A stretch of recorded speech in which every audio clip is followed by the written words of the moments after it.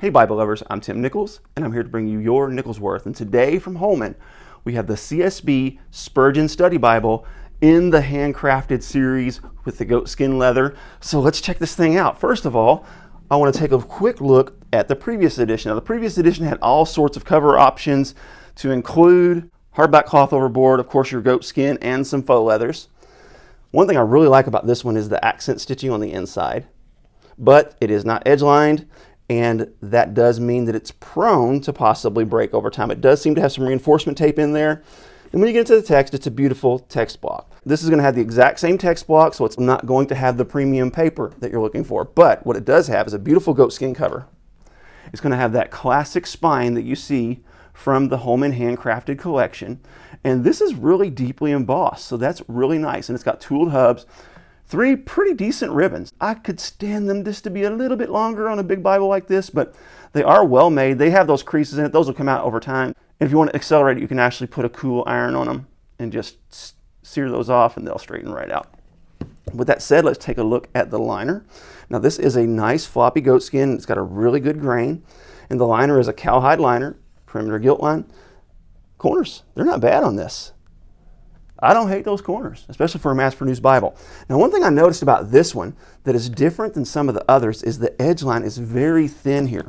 Like when you see some of the other Holman Handcrafted, you see that really deep, noticeable edge lining on pretty much all of them. And this one has a really thin, it's almost like they skived the leather down to kind of disguise that edge line tab. It took me a second. I was wondering, hey, is this thing even edge line? But it is. The edge line tab is right there. It's just not as thick as they normally are. Another thing I noticed is they glued this page entirely together. They had the end sheet and the flyleaf glued all the way. They do that in a few of theirs, like this one is done that way, and this one is done that way, but there's a few where they don't do it that way as well, like this one.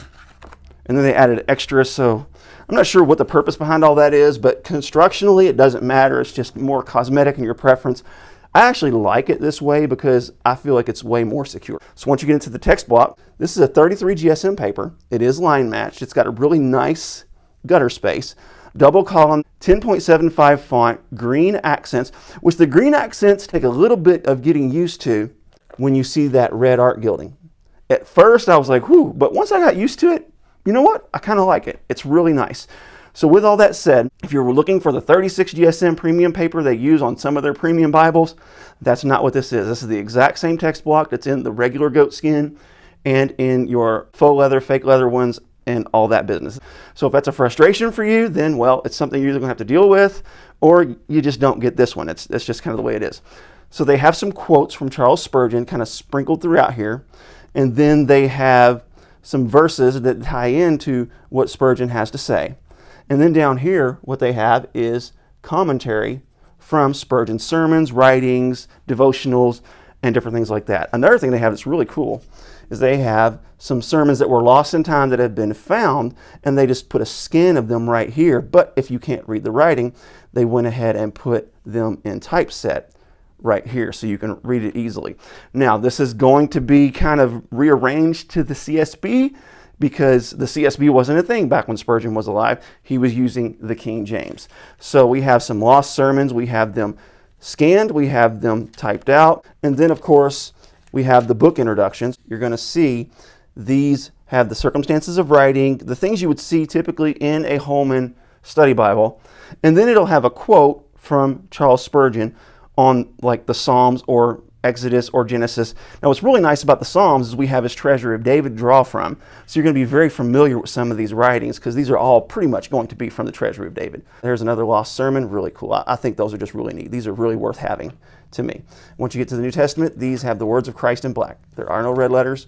Holman does have a few Bibles with red letters, but most times it'll be in black. When you get to the back, I love their maps. They're on the cardstock, kind of thick paper, but they're not glossy. Of course, you have a concordance, all your extras, presentation page.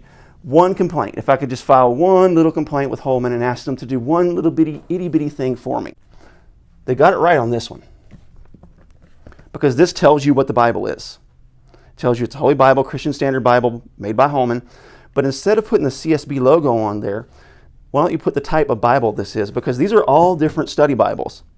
And I don't know which is which just by looking at it on a shelf. So I have to take it off the shelf and look through each one until I figure out which one is which. This is a minor, very first world inconvenience, but it is something they could improve. So there you have it. Keep calm. Jesus on. This is your Nickel's Worth.